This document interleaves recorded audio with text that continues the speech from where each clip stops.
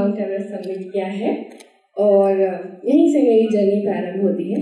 मेरा नाम मेघा परमार है, मैं आज 28 वर्ष की हूँ और आपको मैं मेरे साथ मेरे गांव लेके चलती हूँ। मेरा गांव भोजनगर है और मेरे घर पर मेरी 6 बुआएं थी, हमारे घर पे 12 बहनें थी और फिर मेरा जन्म हुआ था मेरे पापा के घर। तो हमारे यहाँ बहनें तब तक आती रहती है तब तक कि भाई नहीं आ जाता है। जब मेरा जन्म हुआ तो ये मेरे दादाजी बोला रहे दामू दल की भी किस्मत फूट गई, अब एक घर में 3-4 छोरी होगी जल्दी छोरो होगा। पर मेरे बाद ही मेरा भाई आ गया था तो मैं लड़की साबित हो गई, ऐसा कहा जाता है। बाद में मेरी पढ़ाई मेरे गाँव में 5वीं कक्षा तक हुई है। मेरे पापा खेती बाड़ी करते हैं, किसान है और मैं गर्व से कहती हूँ कि मैं किसान की लड़की हूँ। 5वीं कक्षा तक मैं मेरे घर पर पढ़ी हूँ। बाद में मेरे को पढ़ने के लिए मेरे मामा साहब के घर भेज दिया गया था। ये सबसे कठिन टाइम था, जब हम दूसरों के घर पे रहते हैं तब हमें समझ में आता है कि कितना कठिन होता है। आपको रोना भी आता है तो आपको अलमारी खोल के रोना पड़ता है, आपको सारा काम करना पड़ता है और घर पे याद भी आती तो बता नहीं सकते, तो मेंटली बहुत प्रिपेयर हो जाते हैं। 12वीं कक्षा तक मेरी पढ़ाई मामा साहब के घर हुई है। मैं उस परिवार उस जगह से आती हूँ जहाँ मेरी खुद की सगाई, मेरे मित्र यहाँ बैठे उनको पता है, मेरी खुद की सगाई 2 साल की उम्र में हो गई थी। हम सब 12वीं इसलिए पास करते हैं हमारी समाज में और हमारी कम्युनिटी में कि हमारे सरकारी सम्मेलन में वो मार्कशीट काम आती है और हमारे जात का सम्मेलन तो उसमें वो मार्कशीट काम आती है, फेल की हो चाहे पास की हो, और ये दिखाती है कि बालिग हो 18 साल के हो गए हो तो सम्मेलन में ब्याह कर सकते हो। मेरा सपना सिर्फ इतना था कि जो भी हो बस उसके यहाँ राख से बर्तन नहीं मांगूंगी और घर में फ्रिज होना चाहिए। इसका ना मेरा कोई सपना नहीं था। पर जैसे आज मतलब मैं राजीव सर को धन्यवाद देना चाहूंगी, गुप्ता जी को, कि कहाँ से कहाँ उन्होंने इतने सारे एवरेस्टर को यहाँ बुला लिया है। सत्यरूप भैया को देना चाहूंगी, इतने सारे एवरेस्टर एक साथ यहाँ मौजूद है। कुछ ना कुछ तो वजह है, जो बहुत कुछ अच्छा होने वाला है तो कुछ वजह होती है। तो मेरा भी पढ़ने के बाद मेरी लगन निकल गई थी और ड्रीम ऐसे ही हो गया था। पर वहीं से एक चीज होती है, आपको नहीं पता होता कि कहाँ आपके लिए अवसर आने वाला है। तो मेरे भाई पढ़ने के लिए गवर्नमेंट स्कूल में सीहोर गए थे और वो भाग भाग के गाँव आते थे। पता क्या कि क्यों आते हैं भाग भाग के गाँव, तो पता चला कि इनको ना खाना अच्छा नहीं लगता है, तब भाई के हाथ का टिफिन का। तो मैं घर की सबसे छोटी लड़की थी, तो मेरे बड़े पापा छोड़ने जब उनको गए तो मुझे लगा अच्छा लड़कों के रूम के सामने गर्ल्स कॉलेज है, छोरियों का कॉलेज, छोरे है ही नहीं। तो BCA में मेरे को एडमिशन कराया गया मेरे भाइयों की रोटी बनाने के लिए। पर मैं धन्यवाद देती हूँ इस चीज का कि मुझे अवसर तो मिला, वरना मैं किस वजह से पढ़ने के लिए बाहर जाती। तो गवर्नमेंट गर्ल्स कॉलेज में BCA में मेरा एडमिशन हुआ था। मैं मेरे भाइयों के साथ वहाँ रहती थी। हमारा मकान दूसरे मंजिला पे था और मुझे सुबह 14-15 कुप्पे हेडपंप से पानी ऊपर लेके जाना पड़ता था। और उस समय मैं रोज रोती थी कि हमारे सुबह इतना कुप्पा पानी क्यों भरना पड़े, मेरा पाँव दुखता था बहुत। पर मैंने जब मेरे जीवन को एक बार पलट के देखा तो मुझे रियलाइज हुआ कि शायद जब मैं उस दिन उन कुप्पा से पानी नहीं भरती तो मेरे पैर इतने मजबूत नहीं होते कि वो माउंट एवरेस्ट चढ़ पाते। आपके जीवन में जो कुछ होता है उसकी कुछ ना कुछ बहुत बड़ी वजह होती है, कुछ अच्छा मिलने वाला होता है आपको, या कुछ असफलता मिल रही होती है, उसके लिए आप तैयार हो रहे होते हो। मैं बिगड़ते भी हैं, मेरे को भी हवा लगी थी, शहरों में आए नए। मेरे जीवन का सबसे बड़ा कांड मैंने किया था, मैंने मेरे पापा के 250 रुपए चोरी करके मैं मेरी गर्ल्स कॉलेज की दोस्तों के साथ वाटर पार्क गई थी।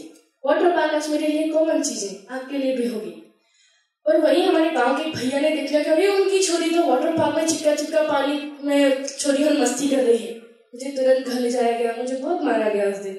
मेरे पापा ऐसे कुर्सी पे बैठे हुए थे और घर वाले बाकी लोग बोल रहे थे आज तो छोरी वाटर पार्क गई है, कल से पता नहीं कहाँ जाएगी, लेकिन जल्दी से विदा करो। मेरे पापा ने कहा पढ़ाई तो मैं पूरी करूंगा। वो लाइलों की मतलब मैं कहती हूँ कि सफल महिला के पीछे बहुत सारे अच्छी सोच वाले पुरुषों का भी हाथ होता है। मेरे पापा गांव में रहते हैं, उनकी भी सोच थी, मेरे गुरु मेरे टीचर का सबका बहुत बड़ा रोल रहा है। मेरे पापा ने कहा छोटी है मैं पढ़ाई तो पूरी करूंगा, बाकी उसकी मर्जी। मेरे पापा ने कहा कि बुरी बात यह नहीं है कि तू वाटर पार्क गई है, बुरी बात यह है कि बस तू बिना बताई गई है। फिर मुझे दोबारा भेजा एक लाइन कह के कि तुम जो भी करोगे बस बेटा याद रख जा, अच्छो करेगी तो भी हमारा नाम होगा, बुरो करेगी तो भी हमारा नाम होगा।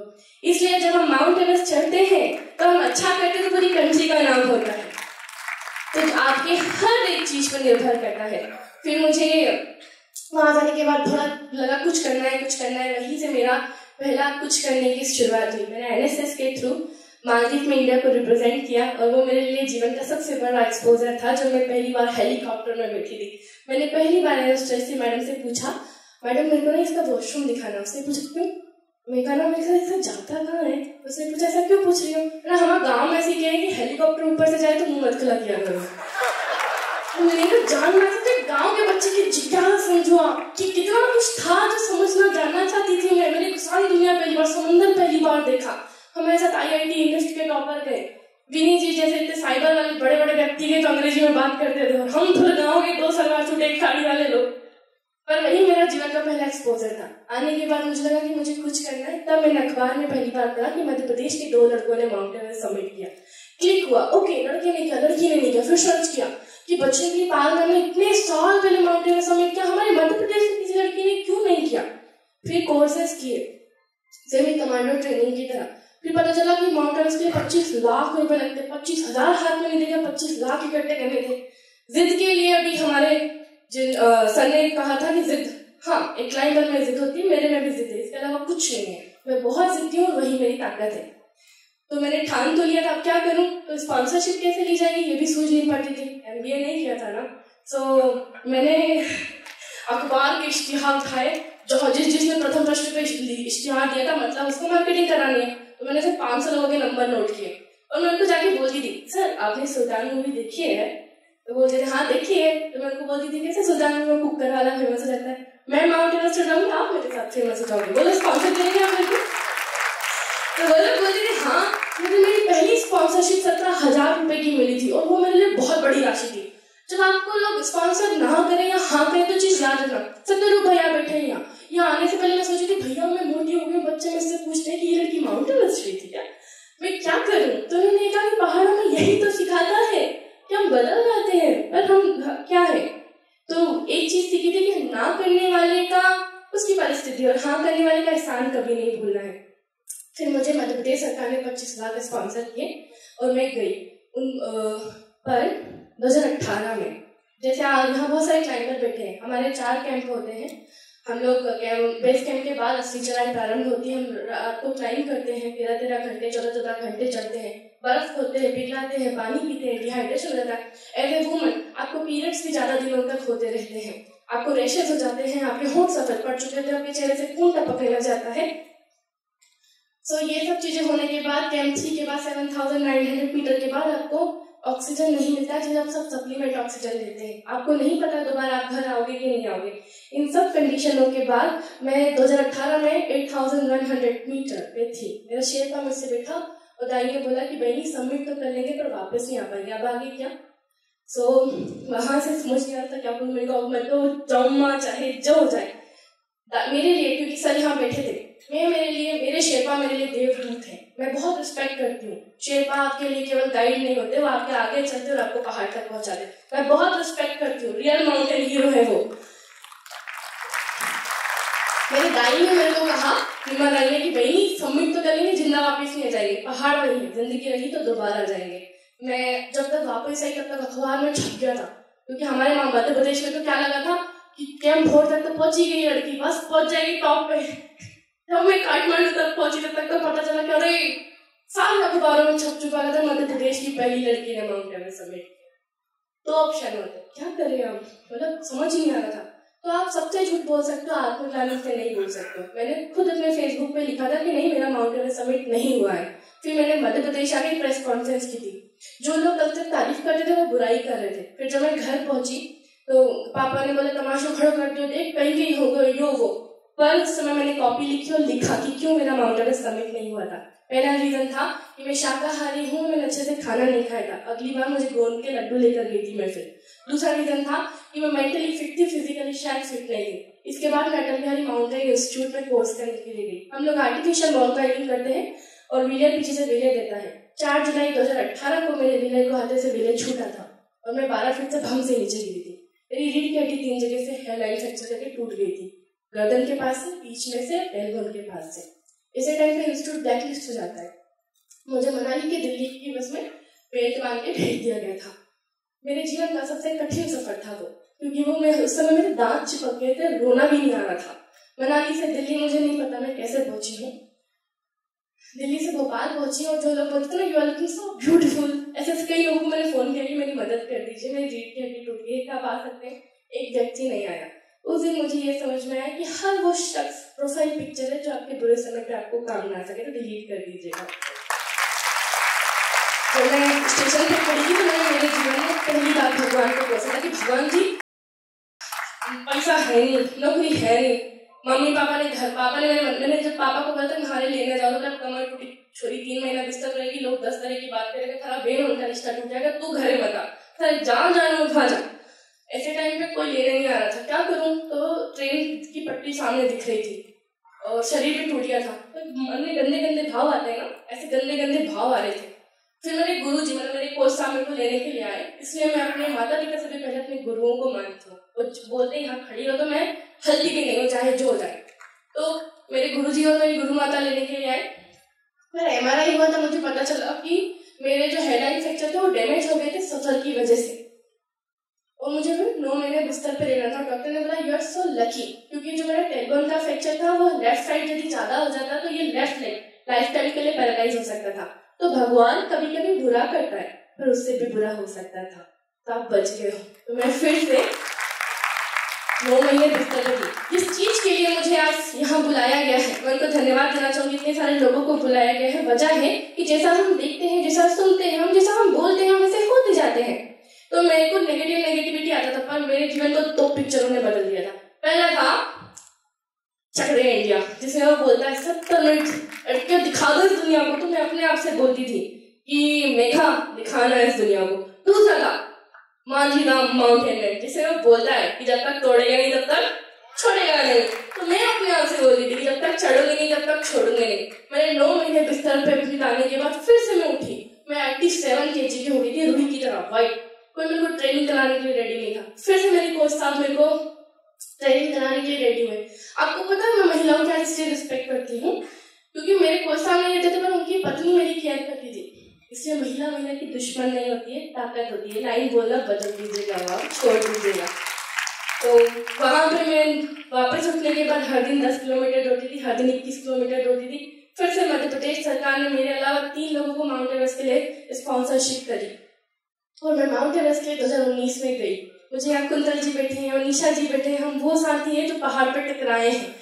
तो दोबारा मैं माउंट एवरेस्ट के लिए 2019 में गई, सेम चैलेंजेस, सेम शेरपा लाई, पर इस बार प्रिपेयर थी और मुझे बहुत जुए हो चुकी थी दौड़ दौड़ के। तो मैंने अपने बाल शेयर करा दिए थे क्योंकि मेरे से वो किच करना हो नहीं पाता था। तो हर वो बाधा जो मेरे जीवन में उस समय आती थी मैं उसको हटा देती थी, चाहे वो मैसेजेस हो, फोन कॉल हो। मैंने इस दरमियान एक भी त्योहार नहीं मनाया था, कुछ नहीं किया था। मैंने कॉल फोन में केवल 3 लोग के नंबर होते थे। जब मैं माउंट एवरेस्ट पे गई थी इस बार मेरे साथ गोंद के लड्डू थे। ये बेस के उस समय बड़े प्रसिद्ध थे 2019 में। मैंने डिसाइड किया था जिसके मुझे 16,000 रुपये एयरपोर्ट पर फाइन देना पड़ा था, पर यह था कि कमी को सुधारना जरूरी है। दूसरा मैं इस बार फिजिकली बहुत मेहनत करके गई थी और पहाड़ तो वही है, सागर माथा है, वो पर्वत देवता है। जब तक वो नहीं चाहेंगे आप नहीं पहुंच सकते उनके पास, बहुत डिपेंड करता है उनके ऊपर। 2019 22 मई सुबह 5 बजे -47 डिग्री टेम्परेचर पर मैं इसी भोजनगर गांव से निकल के दुनिया की सबसे ऊंची चोटी पर भारत के झंडे के हाथ से जहां से पूरी दुनिया गोल तरह की कर्व दिखता है। वह 5 बजे सबमिट किया था मैंने। भोर के समय पूरा इंद्रधनुष की तरह दिख रहा था और एक ही गाना याद आ रहा था कि आज मैं ऊपर आसमान नीचे, इससे ऊपर या तो आसमान है या फिर भगवान है। मैंने मेरा पहाड़ चढ़ा है, अब आपकी बारी, आप अपना पहाड़ चढ़िएगा। सबका माउंट एवरेस्ट अलग अलग होता है। मैं 1 मिनट और ज्यादा लूंगी, ले सकते हैं क्या? आने की जर्नी और मुझे बतानी है, यदि आप देख सकते हैं तो। Big boss please. तो वापिस आना आसान नहीं था मेरे को। मेरा धक्का मुक्की में क्योंकि नीचे आते था बहुत टफ होता है, मेरे शरीर में जान नहीं बची थी। तो मेरा जो टोपा था उसके ऊपर गोप्रो लगा था और उसी में चश्मा अटैच था। धक्का मुक्की में वो गिर गया। यहाँ चश्मा गिर जाएगा कोई फर्क नहीं पड़ेगा। पहाड़ों पे चश्मा गिरता है, सूरज की किरणें बर्फ से रिफ्लेक्ट होकर आपकी रेटिना को झुलसा देती है। आपको स्नो ब्लाइंडनेस हो जाता है। हो सकता है 1 दिन के लिए रोशनी जाए, हो सकता है 4 दिन के लिए जाए, और हो सकता है कई दिनों के लिए जा सकती है। मेरे को बहुत देर दर्द हो रहा था और मेरी सेफ्टी जब निकाल के जाते तो मेरा शेरपा दाई ने बोला कि बहनी इसको पकड़ के चलना वरना चले जाएंगे हम ऊपर।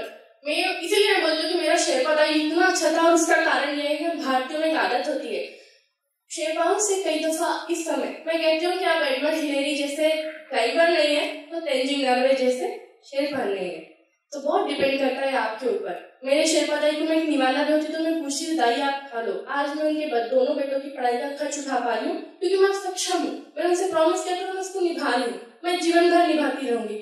पर उस समय मेरे से में मर सकती थी, धक्का मुक्की करते करते। आपने देखा होगा लॉस से, वहां पे मेरा ऑक्सीजन सिलेंडर खत्म हो गया।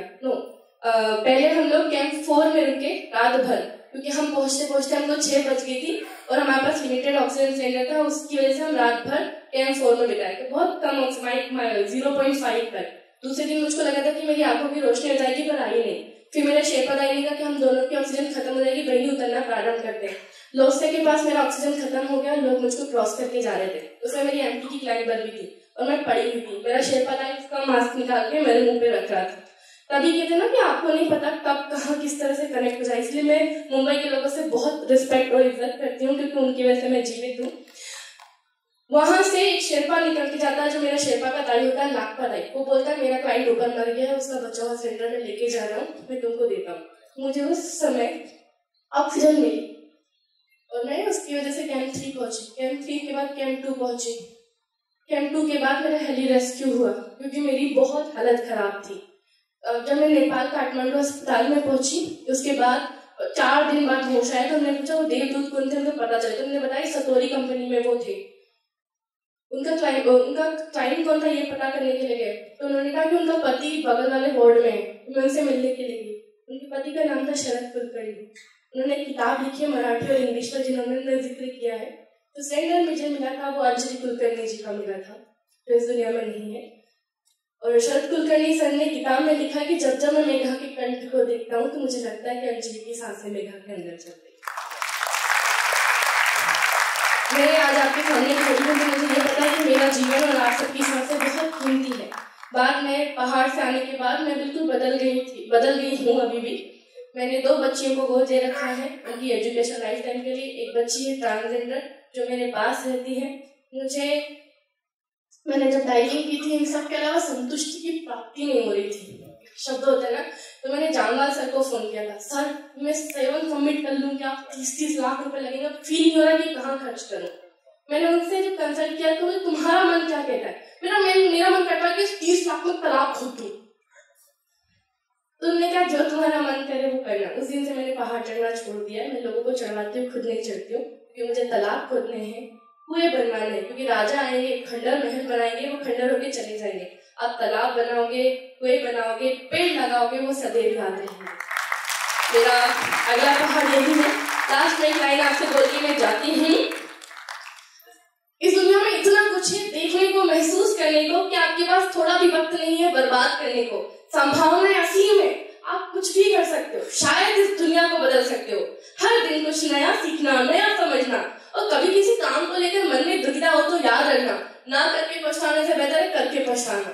और इस दुनिया में आपको शादी करने, बच्चे करने, नौकरी करने के लिए नहीं भेजा है, आपको एक मकसद के लिए भेजा है। इस दुनिया को आपको और भी सुंदर, और भी खूबसूरत, और भी प्यारा बनाना है। और लास्ट में काम करो ऐसा कि पहचान बन जाए, हर कदम रखो ऐसा कि निशान बन जाए। यहाँ जिंदगी तो हर कोई जीता है, पर आप कुछ ऐसा कीजिएगा कि मिसाल बन जाए। धन्यवाद, जय हिंद।